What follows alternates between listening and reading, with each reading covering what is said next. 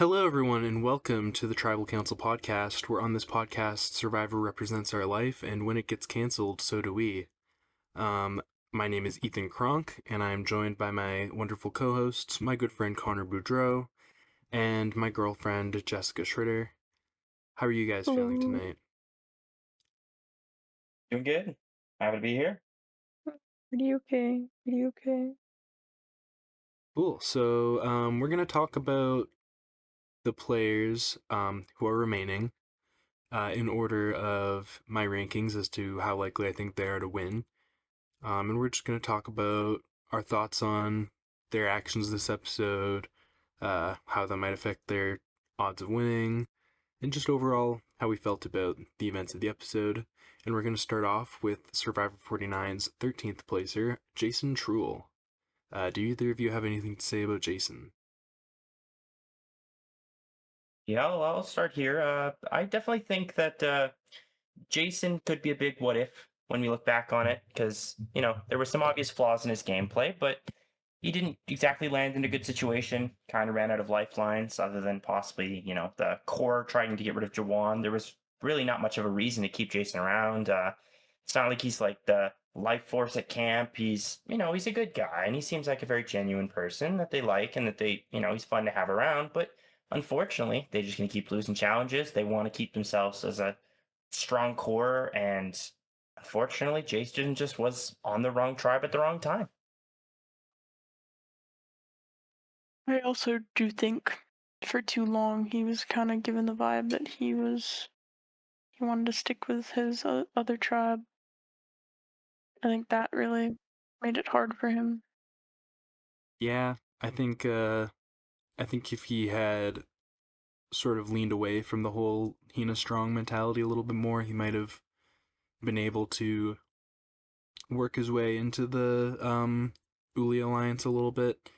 But considering he like pretty much immediately put Savannah off and made her feel like he wouldn't be willing to work with them post merge, it's kind of hard to come back from that. Um, Mm-hmm. I also think as far as like taking out Jawan is concerned, like sure it would have lessened the impact in terms of starting this whole Uli Hina war, but it also if you're gonna assume that the war is gonna happen anyways, you want to go into it with as many numbers as possible, and Mm-hmm.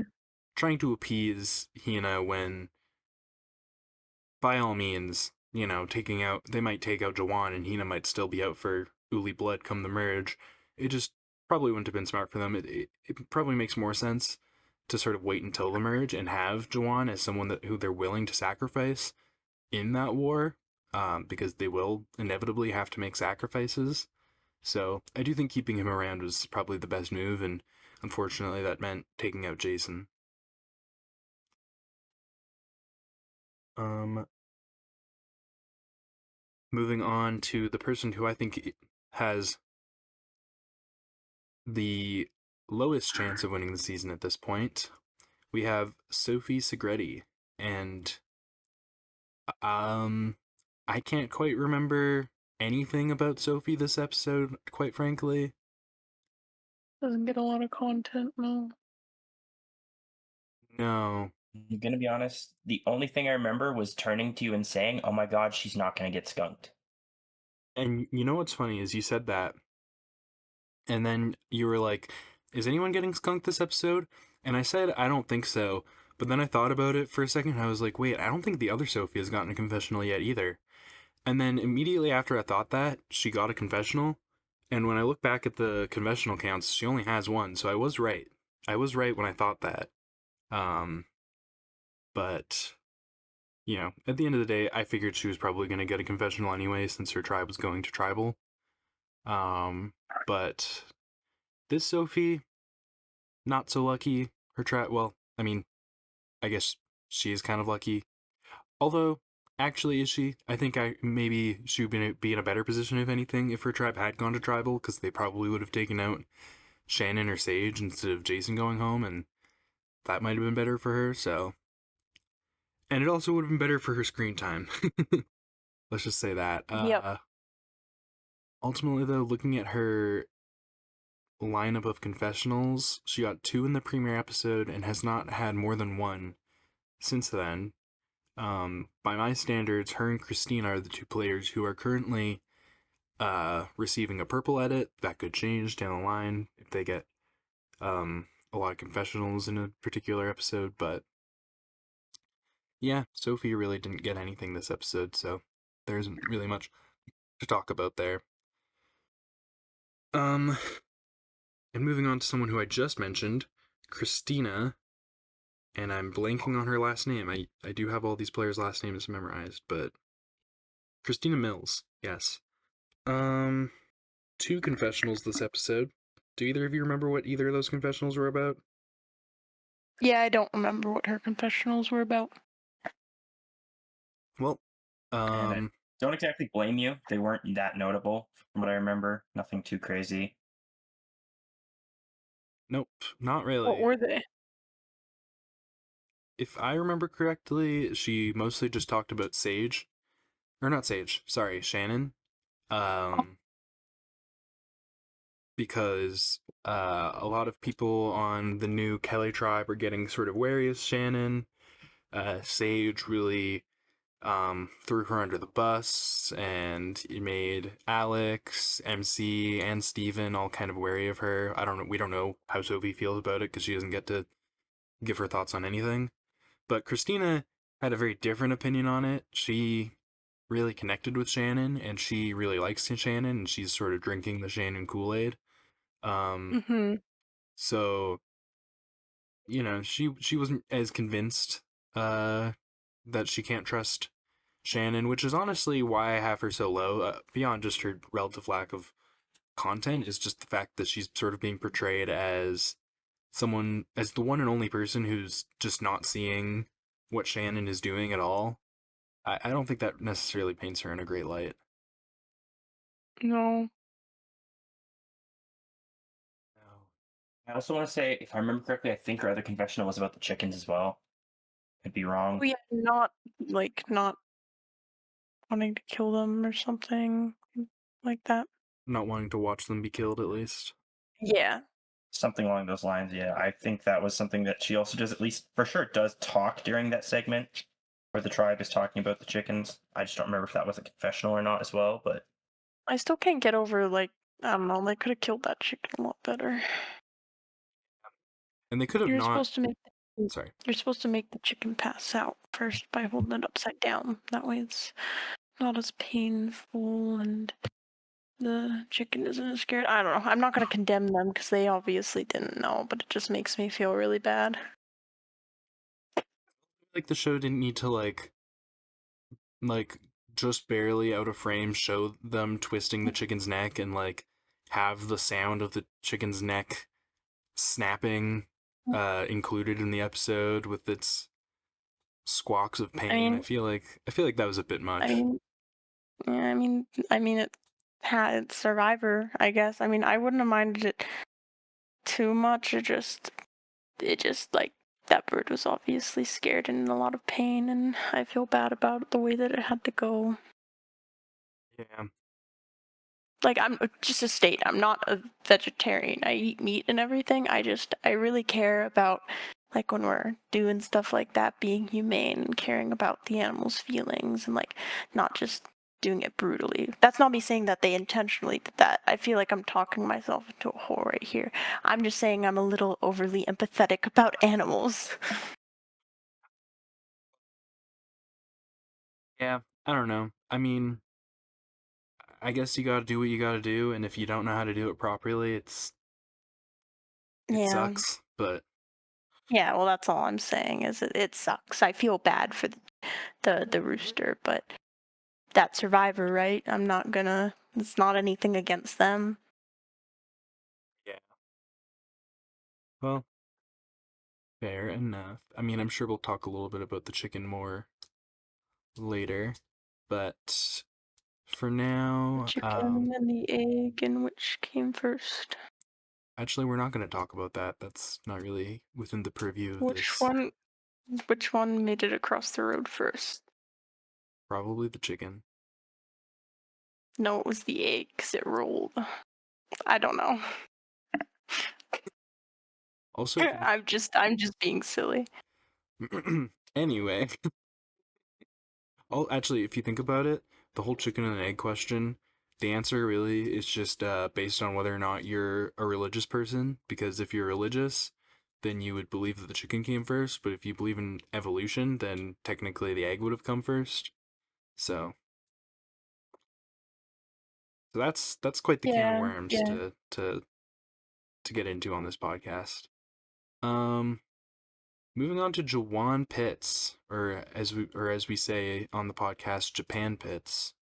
Um, One time, one time, one typo. It wasn't even a typo. It was autocorrect. Okay, it was my stupid autocorrect. you didn't maybe see the first episode or don't remember. Um, I explained that when we were doing our draft, Jessica tried to draft the entire country of Japan for some reason. I Um, have a lot of faith. there aren't even any Japanese people on the season, as far as I'm aware, so that was weird. Have But a lot of faith.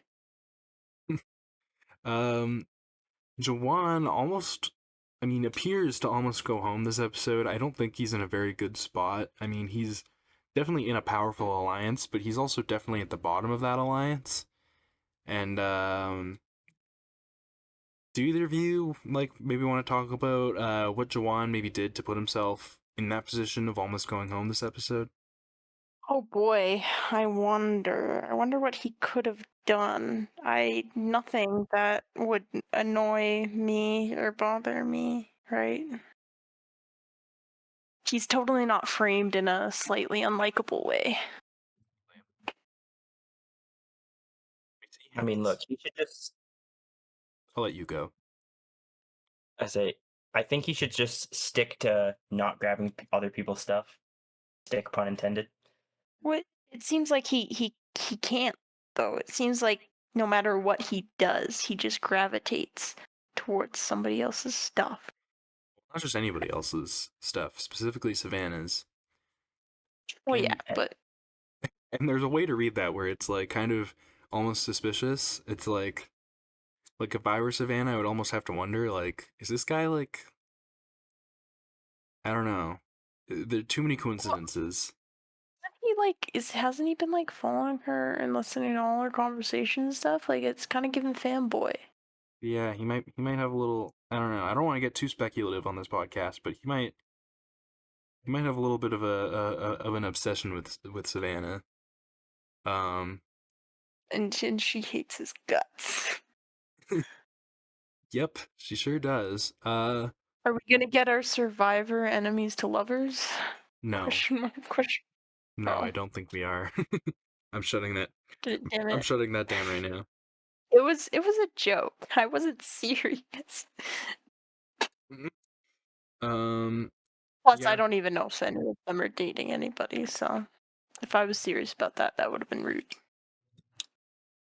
yeah, just not in a great position. And I think if Uli had their way, he'd be the first to go, mind you. I mean, Sage and Shannon are also sort of in the hot seat for the Uli tribe, but you know, I do think certainly if the new Hina tribe were to go to another tribal council, which we know they won't, but we'll get into that later, um, they would probably want to take out Jawan. So not looking Mm. good for him. Next up I have MC. She currently has a total of 15 confessionals.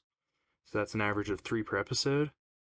And I would have her higher if she weren't on Hina, but unfortunately, Hina is just not a great tribe to be on if you want to have a winning edit.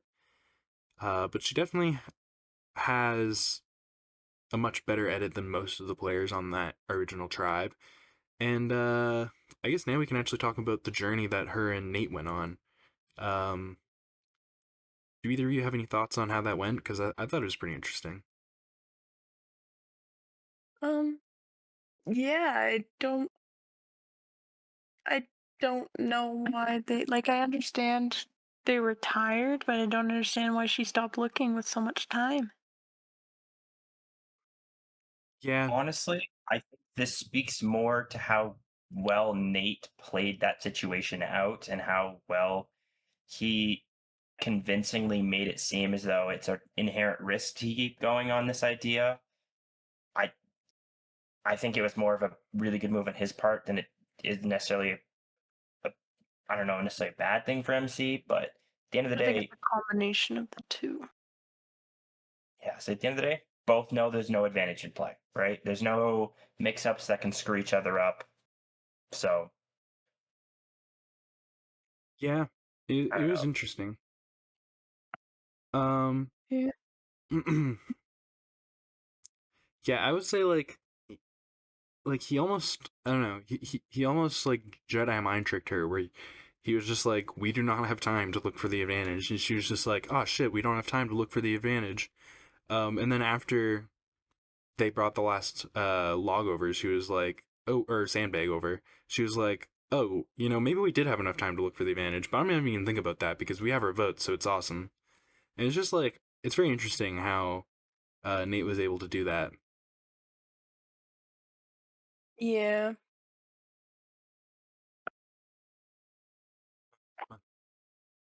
Well, that'll bring us to, honestly, for me, the star of the episode, Sage Aaron Nichols.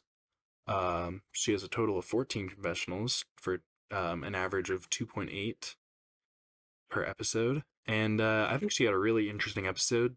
Um, Obviously, a lot of her content this episode was centered around Shannon, but I think she sort of played out the situation beautifully and, you know, took herself from a position on the bottom to you know, I think if this tribe were to have gone to tribal council, there's a very good chance Sage would have turned things around on Shannon. And I think Hmm. I think telling the rest of that tribe that Rizzo has an idol, and not just telling them that he has an idol, but asking them like, did Sage tell any of you, or sorry, did Shannon tell any of you this? And they all just kind of looked around like, no, it's, you know, she didn't tell any of us any of this. Like, damn, you know, I thought that was a really expertly played move. Yeah. Well, I think it's just because she like genuinely is just like, yeah, you guys, she's not trustworthy. Like I think she just like I don't know. She comes across as very genuine a lot of the time too. I think that really helped her. Definitely. Yeah. Yeah, it's very It's like interesting. because like she doesn't really seem to talk game a lot, but when she talks to people about things, even though it's a little bit goofy, she's like genuine about it. Like she's genuinely talking to you, and I feel like it's the same when she starts talking about game because she doesn't talk about it as often. You know what I mean? I get what you mean. What do you think, Connor? Honestly, I would say that she's the biggest riser of the episode. I even have her much higher than you do in my own rankings. And I don't necessarily know that this is like the moment where we get to see Sage come out of the shadows, but like that at least we see Sage starts to really kick it into gear and start to actually play this game. There's a couple of early confessional episodes that make it kind of clear that it's not likely going to be a Sage win. However, this was an episode that gives you any hope if there was hope to be had still. And definitely shows that she's here to play much more than she was really shown over, I would say, the first two episodes for a big, big comparison. Like it's a big turnaround. Yeah, I just look back at episode one and see like her and MC were the only two players who only got one confessional. And I'm gonna say that's still not a great look, and I'm gonna say it's gonna take a bit for Sage to move up. I mean, she's already moved up quite a bit from where she was after episode one and two. Um, Hmm. but you know, it's gonna take a little bit more things to go her way and focus to be put on her in the edit for me to really consider her for the top half of these rankings. But you know, she's definitely making a bit of a push towards that. For me, sits right in the middle. Definitely not quite like a top contender yet, but definitely up there. Yes. And then someone who, would sort of move down on my rankings if it weren't for, uh, just there's a little bit more of a gap between her and Sage that needs to be filled before I can flip them on my rankings. But it's definitely that gap is definitely getting smaller and smaller. Is Shannon Fairweather? Um, Shannon has 15 confessionals for a total of three per episode. Um, how do you guys feel about Shannon? I don't like her, Straight to the point. but those are my personal feelings. That has nothing to do with the game. you know, Okay. something I've noticed about Shannon is she has very like a very piercing gaze. Like when she looks at you, it's very like there's something kind of mesmerizing about the way that she looks at people. Literally Jimmy Olsen in the new Superman movie. So true. Um, That's all I think about every time I see her. Like, I don't know, I can't get it out of my head. They just look so similar to me. It's to the point where it just like every time I see her, this sounds really mean. I don't mean it that way, but like every time I see her, I just it's like I'm seeing his face cut off and put on a woman's body. Like I can't not see that actor. I think there's something wrong with my brain. there might be. But it, yeah, I don't know. It's just a you thought. I definitely Shannon's interesting. She has moments of brilliance. It seems like where it's like, oh my god, your social gameplay, everyone loves you, and then all of the sudden we get next episode where it's like, huh, people are figuring out that maybe Shannon isn't what she seems. And then we cut to the next episode of like, oh my god, everyone loves Shannon. So it's like it's this weird back and forth of like for some reason you think that things are going your way and then they're not, and then it flips back and it flips forth. This was definitely an episode where we didn't really see much of that Shannon love in comparison to the last episode. And I think it's really also just testament to how much they showed of Sage this episode, but you got a lot of Shannon, and it was all this like, oh, I'm awesome, everyone loves me, blah blah blah, and then all of a sudden cut straight to, here's this thing that Shannon didn't do that I'm now doing for you guys. Do you really trust her? Yes or no? So it's like this weird back and forth element that keeps going on. Well, I definitely think her biggest um mistake so far has been underestimating Sage. Because she has a confessional Mm-hmm. this episode where she says that she doesn't really feel like Sage is playing the game. Like, she doesn't really feel like Sage is talking strategy with anyone. And, it's one of the biggest mistakes on Survivor that you can make is assuming that just because someone's not talking strategy with you, that means that they're not talking strategy with other people. And I definitely I think think she just. Oh, sorry. and I definitely think that's going to be her downfall if she does, go home anytime soon, is going to be underestimating Sage and having Sage, continue to undermine her. I will say, I think that like in terms of the social aspect of the game, I think she's a little full of herself. I think she just kind of assumes that she's talking to so many people. If somebody wanted to talk game, they'd want to come talk to her. Well, and I that's think that's just what she assumes. well, and that's the other thing is she was already sort of rubbing Steven the wrong way because, she would like wake him up like bright and early to start talking strategy, and she might be going a little bit too hard with it. Um, Yeah, a little. when you haven't gone to a single tribal council, I mean, to be fair, you get a little bit antsy, I guess, but like when you haven't gone to a single tribal council and your tribe is safe and there hasn't been an immunity challenge yet and you're waking people up to start talking strategy, it's a little bit much. It's a little bit shark in the water.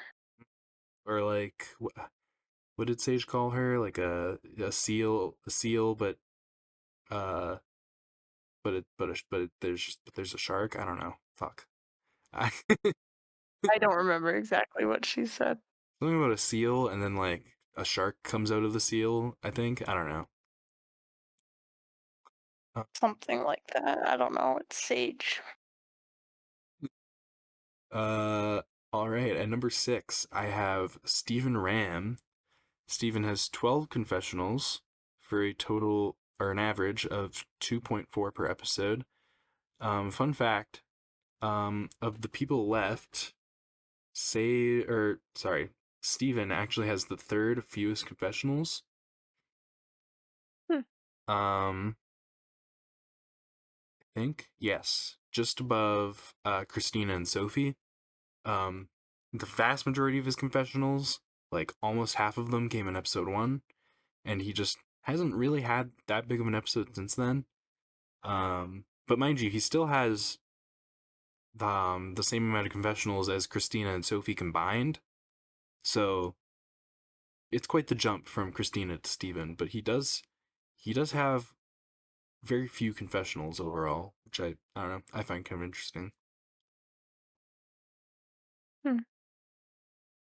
Yeah, the interesting thing with Steven, from my perspective, is it's odd to have him this high, but I have him in the exact same place, and it's like I don't know how much lower we can move him down the list where it seems reasonable, because the guy still has a lot of things going for him. It almost just feels like he's going to be, the figurehead of the other side in the merge situation, where it's going to be someone going at Steven, because he still clearly shows signs of being a key character, but with how much of a fall off he had from episode one, you have to assume he can't win, right?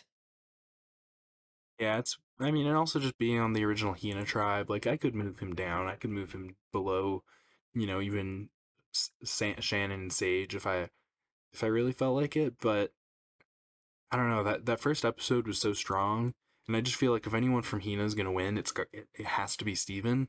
So it's a little bit hard to have him too low, but it's a little bit also a little bit feels a little bit weird having him too high. So he's definitely a weird he's definitely a weird player as far as trying to rank how likely he is to win. Um, but yeah, his content this episode was mostly about not trusting Shannon, um, which has kind of been his content since the swap for the most part. And you know, doesn't say great things for Shannon. Not sure what it says for Steven, but it is what it is.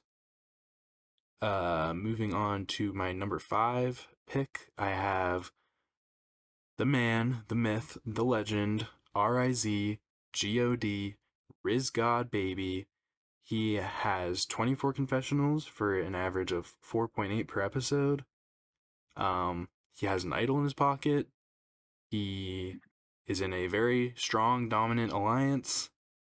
What else is there to say about Rizzo, really? I mean, he's in the People top now three. know about his idol. That is true, and that's not great. Um, I think everyone knows about his idol. Actually, I think every single person except for maybe Sophie B, but he might have told her. Actually, I don't know. I don't quite remember. I think he did tell her, actually, Yeah. So the only in the person, shelter. the only person who didn't know about his idol just got voted out. Um, Hmm. yeah. So that's not necessarily great having such a public idol. It probably means he's gonna end up maybe having to play it somewhat early into the merge. I don't know. It is gonna definitely put a target on his back. But I said he was in the top 3 confessional getters so far. That is actually a lie. I lied to you guys. He is in the top 4. But He is still, for. very strong. First episode hasn't really fallen off. He had I mean, he's had a few episodes that haven't where he hasn't had a ton of content, but overall he's still going pretty strong, and he certainly hasn't been skunked yet. So that's definitely a good sign. Um, and overall, he's just portrayed as a positive figure, as a relatively smart player. Savannah's sort of right hand man, pretty much. All in all, I think he is a good at it. It's not phenomenal. It's not blowing me out of the water by any means, but he sort of starts out the tier of people who I actually think have a solid chance of winning at this point. Um, and I like him so far.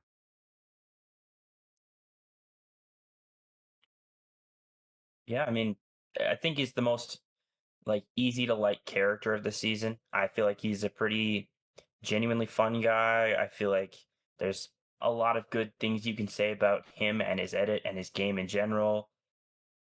I don't know. There's not really much negative to be said. Yeah, I mean, some people don't like the whole Riz God thing. Um, so I guess there's that. But you know, it's funny. Um, my I used to work at a drugstore, and one of my coworkers was a Survivor fan. She's like 40 years old, and she still texts me whenever Survivor is on, to talk about it from time to time. And Rizzo's actually her favorite this season, which kind of surprised me. Hmm. Um, she also does not like either of the Sophies at all. Really? No, Either of no, she's. I mean, she doesn't like Sophie B because she's always looking down when she speaks. Like she never like looks people in the eye when she talks. She's just always looking at the ground. Which, okay, autism hater. as soon as she mentioned it, I was like, oh my god, she does do that. I didn't even like think about it. But you know, some people have interesting reasons for disliking people. Is what I'll say about that. Hmm. Yeah. Any more thoughts on Rizzo before we move on? Um. No, I don't have a lot to say about him. He's just a guy. He's just he's just plain. I don't know. I don't really have like I don't know. He's okay to me, but a lot of the time when he comes on screen, I don't like. Sorry, I'm trying to figure out what I was trying to say. I have a little bit of a migraine now. I don't know. Just move on. Cut that out. Moving on to my number four pick and someone who I feel like is kind of dropping a little bit. We have Alex Moore. Alex has 34 confessionals for a total of 6.8. Um, but every single episode he gets fewer and fewer confessionals. Um, he's down to three this episode. And he does have the second most confessionals of the season so far.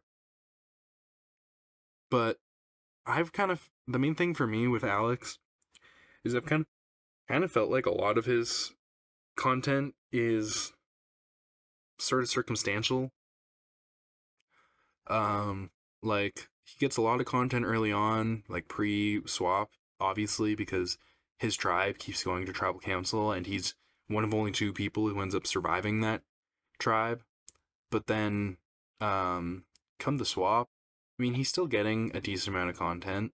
He doesn't get as much as Sophie in episode 4, but then he gets more than her in episode 5. So I don't really know how that balances out. It's just it doesn't feel like we're getting a lot about how he's integrating into the new tribe, aside from, you know, Shannon was flirting with him, but then Sage told him about Rizzo's idol, and now he doesn't necessarily trust Shannon. And that's kind of all we know about Alex on this swap tribe. So, you know, I he has been dropping in my rankings, and I could see him dropping even a little bit further, but for now, I still have him pretty high. Yeah, no, he's not doing too bad in the game necessarily. I mean, he has that idol, right? He did And play that. oh, what did I forget? I'm sorry. Yeah, he played it in episode 3 when it was just him. Oh yeah, Yeah, when it was just those yeah, Sophie and Jeremiah three. with him. Yeah. yeah. I'm silly. But he did have an idol at one point. He has the Well, capability of finding another. Is definitely something you can say. True. And then yeah, let's go with that. and there might have been one hidden on the New Calais beach, but we never really heard about anyone searching. So, um, At least not yet. yeah. Well, I mean, you're right. We will still have a Kelly Beach next episode. It just won't be the same. But we will get into that after we've talked through everyone. Um, with that being said, if we want to get to that, we should probably hurry up a little bit. So I'm going to move on to Sophie Bellerti. Sophie Bellerti has 30 confessionals for a total of 6 per episode. She only got 1 this episode, so she didn't really get a lot of content. Um, Connor, do you remember what Sophie's confessional was about this episode? Um, I'm not 100% sure. I want to say it was about losing and just being tired of losing, if I remember correctly, I, that Yes. which sounds right. is on brand for Sophie. Unfortunately, I think that, a little joke I mentioned during the episode watch was I think her shoes are cursed. Everywhere her shoes have been, they've lost. So I think that she needs to throw those shoes in the ocean, get rid of them for good, because they're a bad sign. I don't know. That's what I'm going to roll with until we get substantial evidence to prove otherwise.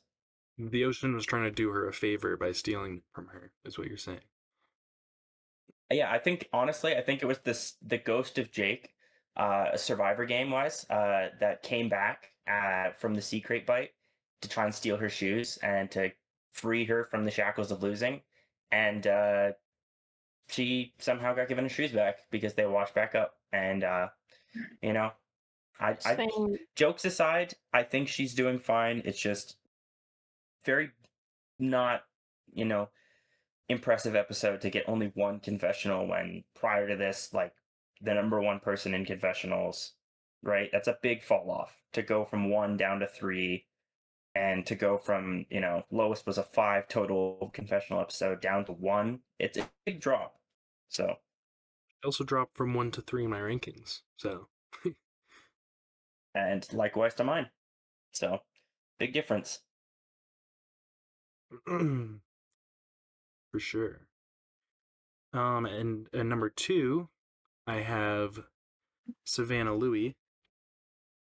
Savannah has 36 confessionals, which makes out an average of 7.2 per episode. She's currently leading in terms of total confessionals out of the people who are And left.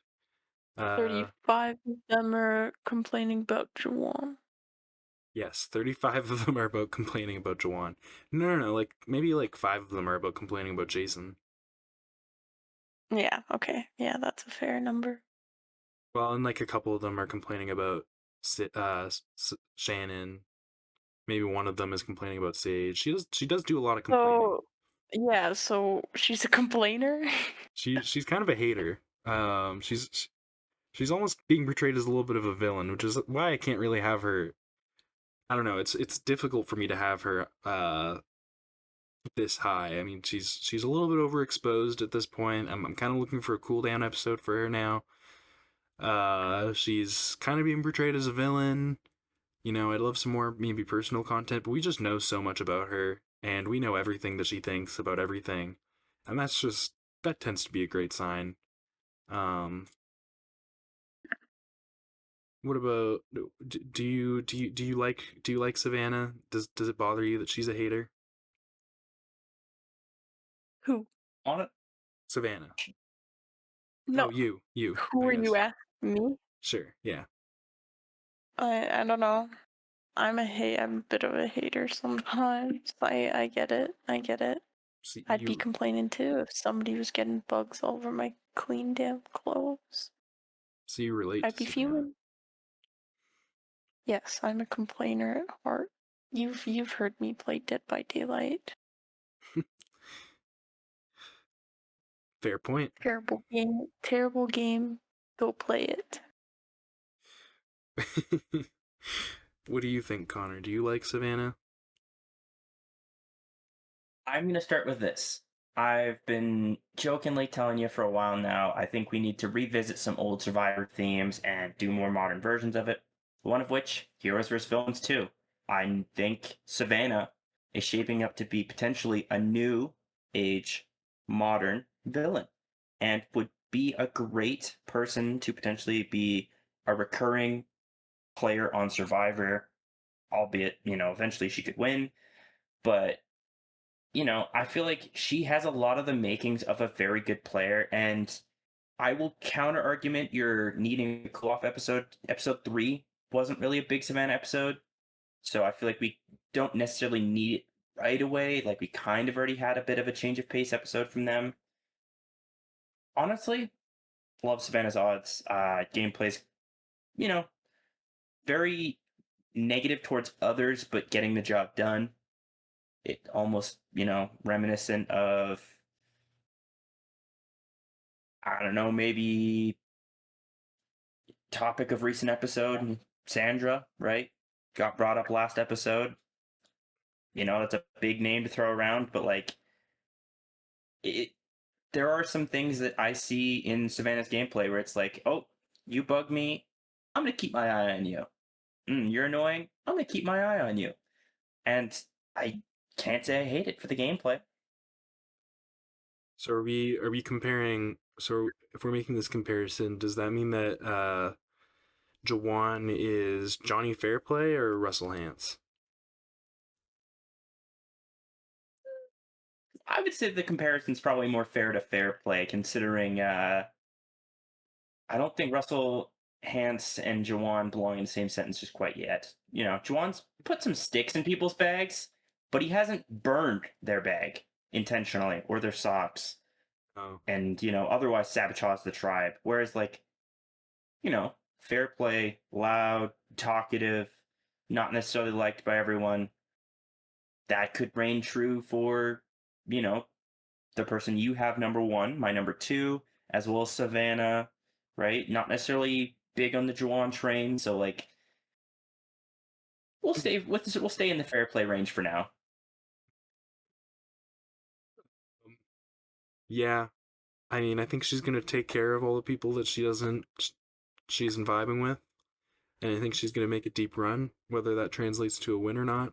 I think if I were to compare her to anyone, not so much strategically, but just in terms of her as a character, I would go with Courtney Yates, just because she she's very like blunt in her confessionals. She's not afraid to like tell it like it is, how she feels about people, and that can translate to, a little bit of snark, a little bit of um sort of dry humor. Like I feel like that's also another apt comparison.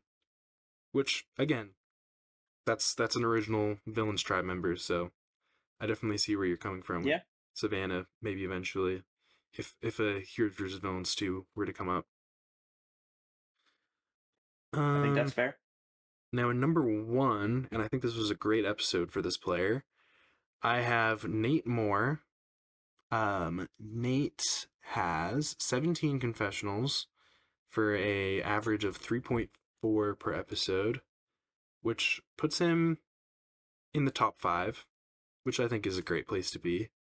Um, he's also in that very strong Uli alliance. He seems to have a lot of power in that alliance.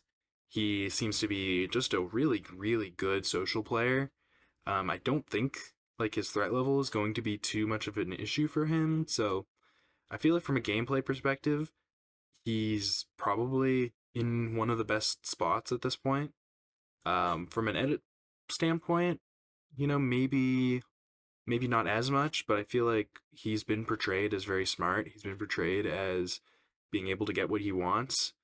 Um, and I can't think of a single scenario where he hasn't been portrayed positively. Yeah, no, he had a lot of good moments, and he's had a lot of good moments in the like recent few episodes with the whole what's his face vote Matt or whoever Yeah, with the Matt, Matt yeah. vote. Right. Like Matt was someone who sort of put a target on Nate's back, and even though Savannah really wanted Jason out, even though Rizzo was kind of on the fence, sort of leaning more towards taking Jason out, ultimately what did they do? They took out Matt. Um, and I think that speaks volumes about Nate's position in the game and the power that he has. Hmm. So, and I also think that's a great show for his edit, even compared to Savannah and Rizzo, especially.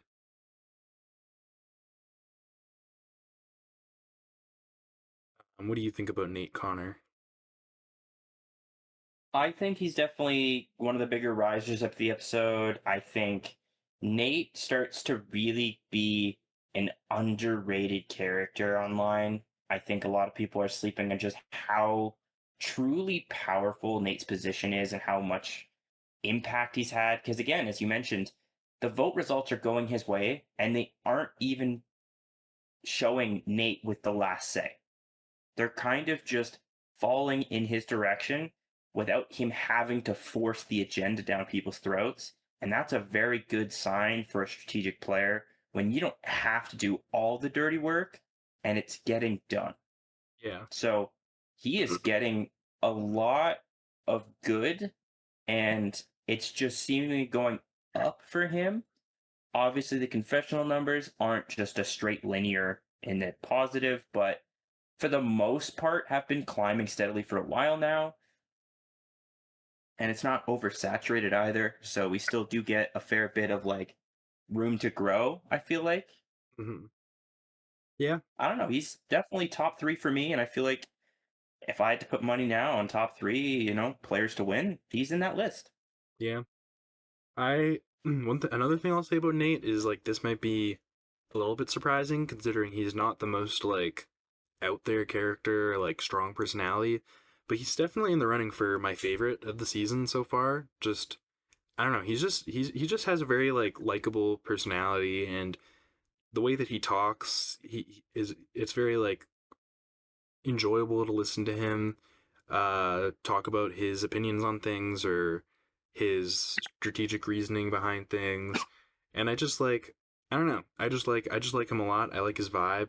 He seems like just super chill, super easygoing and likable, but also just incredibly smart and social and just a fantastic player. And I hope he goes really far. And I would be really happy if he won.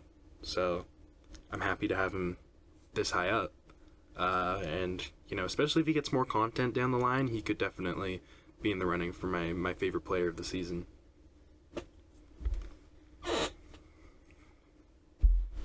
Um, well, with that being said, I have a bit of a surprise for you guys. Um, because Connor sort of pointed this out in the next time on. It looked like there was maybe a challenge set up for three groups, and it's actually been confirmed that we are getting another tribe swap next episode. And with that, we actually have the tribe divisions, if I can find them. And we'll start with the new Hina tribe, where we have Damn. MC, Rizzo, Savannah, and Sophie Bellerti. I feel like this is kind of an unfortunate tribe for one player in particular, and a great situation for the other three. The other three, yeah, it's a duo that's like super tight, that's found a lost puppy, these two best friends and their lost puppy, and then the potential candidate for the strongest female or overall pound for pound strongest player on the season, who happens to be from the other tribe. Yeah. Poor MC, that's a tough one. Yeah, I feel like we kind of have like two roommates who are really close, and their puppy that they adopted from the rescue, and then just like some random intruder breaking in. And if you were to ask me who would be removed from that house the quickest, I mean, to be fair, MC's idol could do some damage. That could be unfortunate for one of these other three players if they go to tribal, but yeah, actually, come Honestly, I think I think my cursed jokes might actually make me eat my own words here, because like looking at that tribe breakdown, I'd be surprised if they lose. They have a good challenge person for a physical aspect. They have good challenge people for a puzzle aspect. Sophie might not have to do a puzzle, and that's a good sign.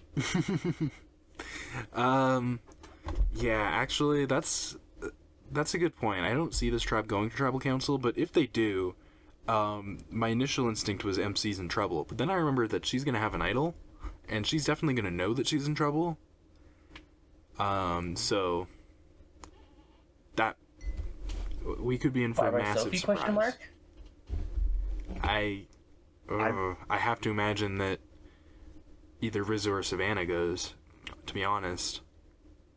You would But think that, but for some reason, part of me just assumes Savannah will just go, you know what? I just have a gut feeling, and then split it for some reason or something. I don't know. that's certainly possible. Moving on to the new Kelly tribe, we have Sage and Shannon. Just can't get away from each other. We have we have Jawan, and we have Steven. And this would be the tribe that I'd be the most interested, I think, to see go to tribal, because we have Sage and Shannon, who on paper are both original Ulis, but they're kind of going after each other. We have Jawan, who's sort of on the bottom of that major Uli alliance, and now he's been separated from it, but I feel like in this situation he could sort of go either way between those two girls. And then we have Steven, who's already kind of caught in the middle of Sage and Shannon. Probably leans more towards Sage. So, but then Jawan probably leans more towards Shannon, given Sage was sort of on the outs of the original Uli tribe. So I would be very interested to see this new Kelly tribe go to tribal council. I have a quick question because I'm not sure exactly on how the rules of this work. Mm-hmm. In a four-person tribe, if there's a 2-2 tie, it goes to a 1-1 tie. Does it then go to fire or does it go to rocks? It would go to fire making. Okay, I think the most likely outcome is either a, call me crazy here, a Steven Shannon fire making, or a Sage decides to flip on Steven in a revote situation. I think that's where the vote ends up going, is a split between Steven and Shannon. Because I think the most likely outcome is Shannon and Jawan vote Steven. He's the outsider. He wasn't original red. Right? Yeah. That's where my head goes. Maybe that's wrong. Maybe that's not what happens. Maybe that's crazy. But that's where my head goes immediately. It's, oh, let's vote out the outsider. And Sage goes, you know what, Steven? I think we can work together here. Let's get rid of Shannon. You know, I have a bit of a different thought on it. I actually think that, first of all, I think that Shannon is going to target Jawan.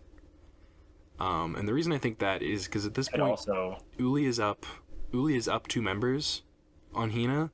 They can afford to lose one, and there was already sort of a sentiment of like, what if we just voted out one of our own to like lessen our like overall threat level as a tribe. Jawan, from Shannon's perspective, especially, is probably sort of at the bottom of that tribe. Shannon could even target Sage for that same reason, especially if she were to somehow find out that Sage might have been throwing her under the bus. But I think Sage will definitely be going for Shannon. I think Steven will definitely be going for Shannon. And if Shannon goes after Jawan and Jawan finds out about it, uh, Shannon could just be books, as you would say. as who would say, I ain't saying that. Yeah, no. Me, who Uh, actually probably said that at some point. so that's kind of my thought process. Or I could even see it being a bit of a war between Shannon and Sage, and that sort of coming out to the forefront, and then maybe we see a tie between Shannon and Sage. I don't think we see fire making though. I do think somebody. Well, I don't know. At that point, like, why not force fire making? So it's an interesting thought for sure. If we do see fire making, it'll be a very interesting showdown. I think with the way that it's been portrayed, I do think Sage would probably come out on top there. So I honestly think Shannon's probably in the most trouble on this tribe, despite the way that the number breakdown kind of looks. I would be inclined to agree with that. You know, theories aside about how the vote would go, Shannon definitely has the roughest position of the four. In the case of Uli, however, it, I think it's a little more clear and unfortunate. Yeah, yeah. I don't really see anything saving Nate in that situation, which really sucks. Um, we just have to hope that Uli doesn't go to. Now I really want Kelly to go to tribal, because if either of the other two tribes go, we're probably losing, like, A top four contender. yeah. uh, so, or at least a top five contender for me, because I only have Rizzo down at 5, but yeah. Well, yeah. I mean, I don't know. I think if MC plays her idol, Rizzo probably follows suit, and then it's just Savannah. I don't know how that would go necessarily, but Part of me part of me wonders who's the bigger target in MC's mind. Because in MC's mind, if it's Rizzo and that's where the lone vote goes, we could just have two people without a vote cast against them that just go into a forced fire. I mean, it would be a revote where um It all probably four. I splits. think all four would still. I think all four would still vote, and they would just have to vote between Shannon and, or sorry, Savannah and Sophie, and then yeah, it probably splits. So maybe we see fire making between Savannah and Sophie, which would be crazy. But um, I think that, MC knows that Rizzo has an idol. Uh, I feel like she'll probably catch on that Rizzo and Savannah might be close. So in her mind, like, if she thinks, okay, if I play my idol, Rizzo's probably going to play his idol, um, she would probably want to take the shot at Savannah if she's smart. But I don't see Savannah, like, based on the edit. I don't see any world where Savannah goes next episode. So I do think, like, my thought is that Hina probably doesn't go to tribal.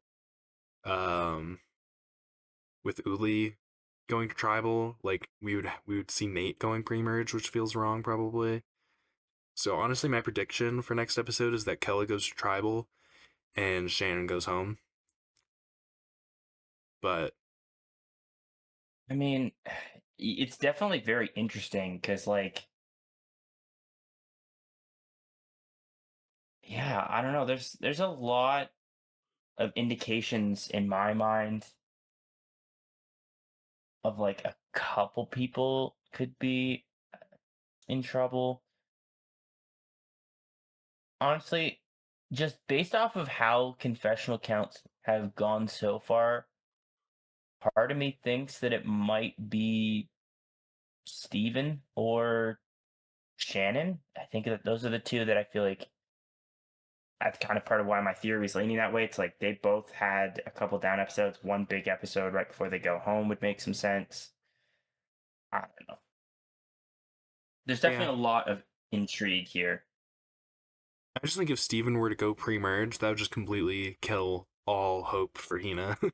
And just the season would be Yeah. like a wash at that point. It's like, yep, probably one of those three Ulis, between Rizzo, Savannah, and Nate. Uh, they would become like the only three real contenders almost, I feel like. With like Sophie and Alex as like fringe contenders, I guess. Hmm.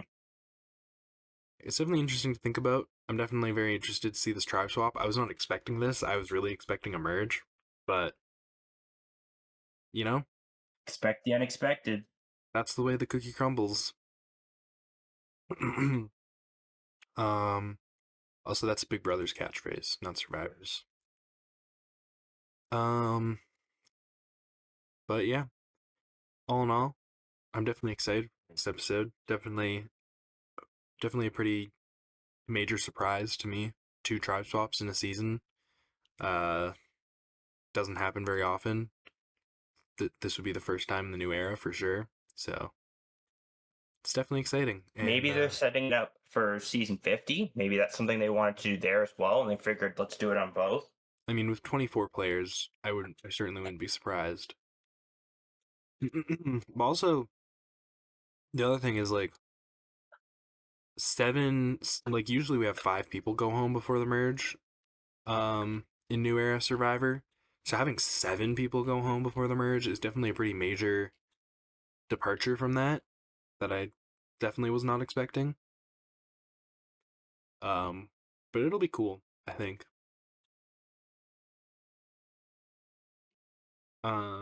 Yeah. With that being said, I think we've pretty much covered everything there's to cover. Um, I think overall it was a great episode, and I'm excited for the next one. But we will talk about that when the episode arrives Wednesday at 8 p.m. EST. Connor, any words to leave the listeners with? Um, Sad, no more Project M moments. Yeah, Project M will never be mentioned on Survivor again. Well, it won't be Won't. for this season, which is unfortunate. Dang. Well, that pretty much wraps it up. Hope everyone enjoyed. Hope everyone is excited for the next episode, and we will talk to you later. The pod has spoken.